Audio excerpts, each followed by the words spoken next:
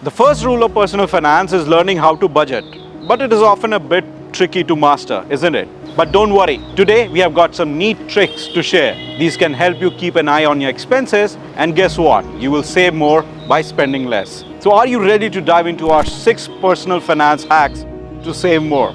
So let's start with the number 1, wage weighing. You know the saying, time is money.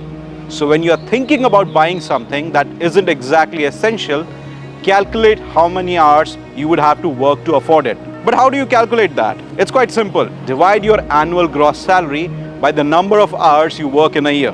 That, my friend, is your labor rate. So for example, this iPhone, is it worth the 10 hours of work in the office? This approach helps you grasp the real value of your money and can curb the impulsive shopping. Now let's come to the next hack. It is called the golden ratio.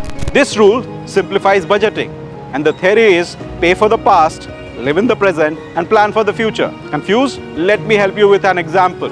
If you look at your monthly expense over the last 6 months, you'll get an idea of how much your income should go towards debt, current cost, and future saving. This ratio might look something like 20-60-20 or 30-50-15. Ideally, you would want to aim for something like 10-60 or 30. That is to say, 10% for your debt, 60 for your present consumption, and 30 for your future savings. Now let's come to the third trick or hack. It's called cash stuffing, and it quite literally means that only. This is an old school trick, involves using real cash, and it is quite handy in deterring impulsive buying.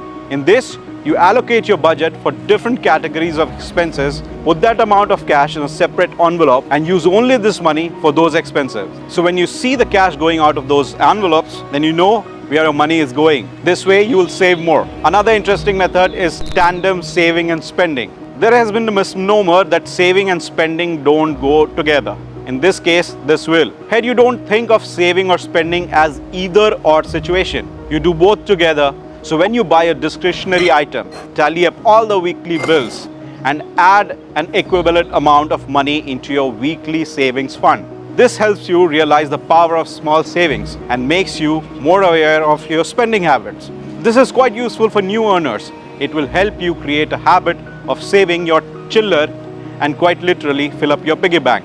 The fifth one is, now don't worry, this is not a video glitch. It is the power of pause. Now next time when you're perusing through the e-commerce site, don't buy anything on a whim. Instead, let it sit on your shopping cart or wish list for a few days or even months. If you really want something, you would want it even after a month. This trick helps you assess whether the potential purchase fits your budget and aligns with your needs, not your wants. And the final one up my sleeve is called sinking funds.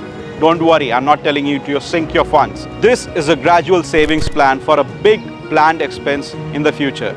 So if you want to buy this car which is next to me, a Jeep Wrangler, or go to a vacation in some European country, then each month set aside a bit of money for spending categories you will need later, like vacation, car, or home renovation. Now divide the total amount by the number of weeks or months when you will need the money and start saving towards the goal.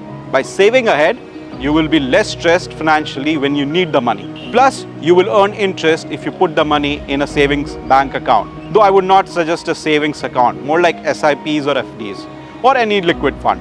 So this brings us to the 6 hacks or tricks that will help you save. Remember, the art of personal finance is not just about earning money, but managing it wisely. It is about making every penny count. And don't forget, a penny saved is a penny earned. This is Saurav Kumar. Thanks for watching.